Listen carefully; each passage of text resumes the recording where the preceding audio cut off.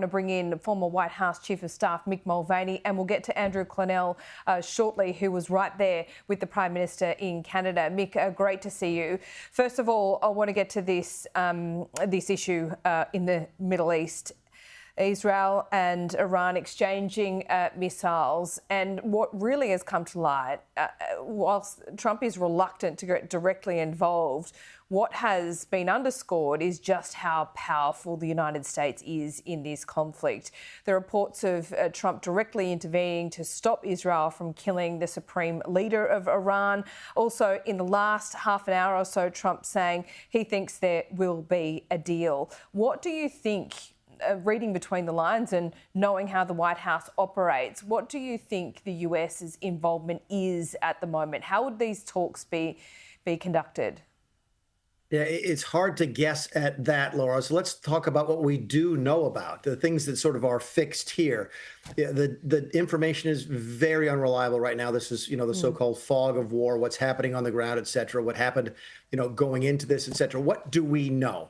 And there is something that Donald Trump has talked about again and again and again, which is that under his watch, he would simply not allow Iran to have a nuclear weapons capability, period, end of story. You can sort of try to read the tea leaves on everything else about whether or not he influenced the Israelis to do something, to not do something, whether or not the United States was sort of participating in a diversion by trying to have continued discussions with the Iranians on the nuclear agenda and so forth. But the bottom line, the one thing we know is that Donald Trump was simply not going to tolerate Iran having a nuclear weapon. And I think that is sort of the North Star here that you need to keep in mind when you talk about any of the next steps, that regardless of what happens, whether or not Trump tries to influence the Israelis, whether or not Trump tries to protect the supreme leader, whatever, that the bottom line here is that there's simply not going to be any tolerance at all for a nuclear-powered Iran. And I think that's sort of the base point for all these discussions. Okay, Mick, but what do we read between the lines here? Because Israel's justifying this attack, saying Iran was close to getting to a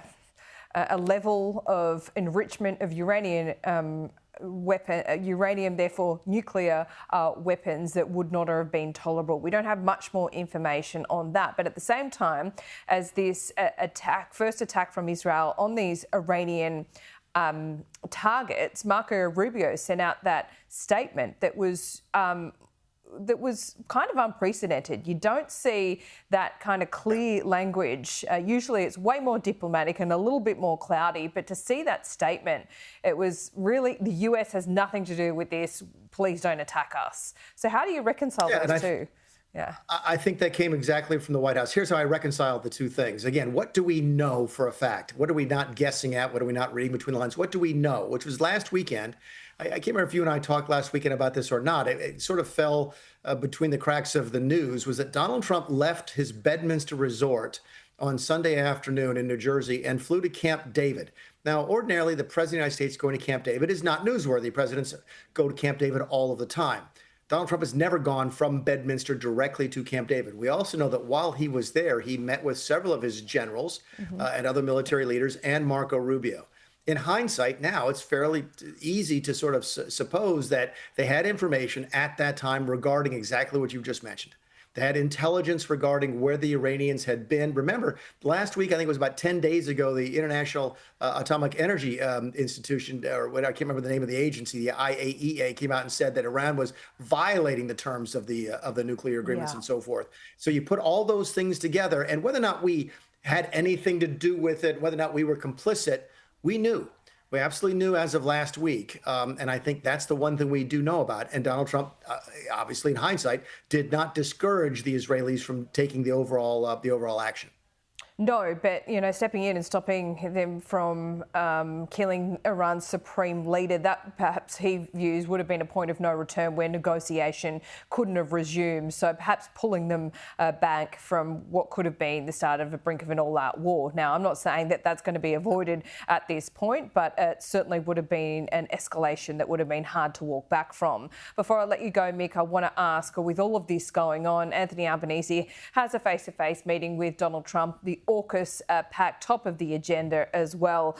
I mean, as list of priorities go, this is probably well down the list for Trump at the moment. But do you think he'll get, Anthony Albanese, that is, will get a decent hearing here? Will we get some kind of, at least, comforting words out of Trump? Yeah, comforting words. Donald Trump doesn't do comforting words very well. I think you will get a fair hearing and so forth. I think Trump put out some fairly firm language about Anthony Albanese in advance of the meeting, but there's also something that may not have been widely reported in Australia, which is that the Wall Street Journal, which Trump has a love-hate relationship with, wrote their premier op-ed from their editorial board this week. I think it was a Thursday or Friday, about the importance of AUKUS to the United States. Now, Trump fights with Rupert Murdoch. You know that he does, but he also respects the Wall Street Journal. He's read it for his entire life. And for the Wall Street Journal to come out and drive the AUKUS agreement to the top of the agenda would have gotten Donald Trump's attention. So he may have been going to the G7 going, I have to worry about this and this and this. And oh, by the way, maybe AUKUS is on the list as well. When the Wall Street Journal puts that at the top of the agenda, then you can know it's going to get his attention. So I do think it's going to get the attention that it deserves. Again, you're not going to get comforting words from Donald Trump, but as you and I discussed, I think last week, the review that our government is doing is fairly standard anytime a new government comes into office. Keir Starmer's government did the same thing with the AUKUS agreement after he won his election. So you can't jump to a conclusion that just because the Trump administration is reviewing it is that they want to pull out. Again, I'm not saying it's going to be all rainbows and unicorns and so forth at the meeting. But I do think it will be a fair discussion between two world leaders that respect each other. Yeah, no rainbows and unicorns, or beer and Skittles, as we say here down under, Mick. So you can have that term as well. We'll see. Beer and Skittles sound a lot better. I would rather have beer and Skittles than rainbows and unicorns. Yeah. Well, you never know. In Trump meetings, whether it's in the Oval Office or not, you never know what could happen. So you would never rule anything out, would you? We'll see you soon. Thanks, Mick.